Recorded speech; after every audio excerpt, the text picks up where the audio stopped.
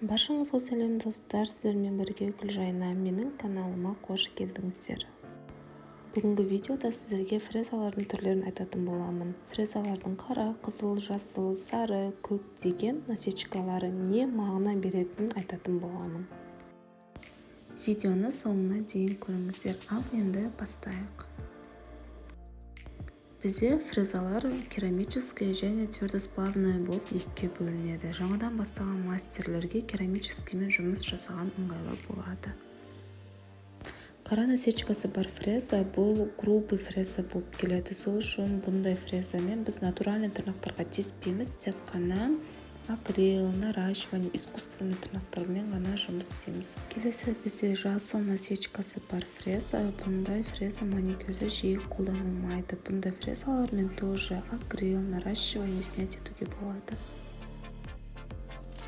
Ең көп қолданылатын ол көк насечкасы бар фреза. Егер сіздерде алмазный фреза болатын болса, онда кутикула тазаласаңыз болады. Ал егер керамический болса, онда снятие жасасаңыз болады. Жаңадан бастап жатқан новичоктарға бұндай фрезамен қолдануға кеңес бермеймін. Қызыл және сары насечкасы бар фрезалар өте жұмсақ фрезалар болып келеді. Бұндай фрезалармен жаңадан бастап жатқан мастерларға қолданса болады. Бүгінгі сабағымыз осымен аяқталды. Видеоны соңына дейін көргендеріңізге рахмет. Менің каналыма жазылып, лайк қойып, комментарий жазуды ұмытпаңыздар.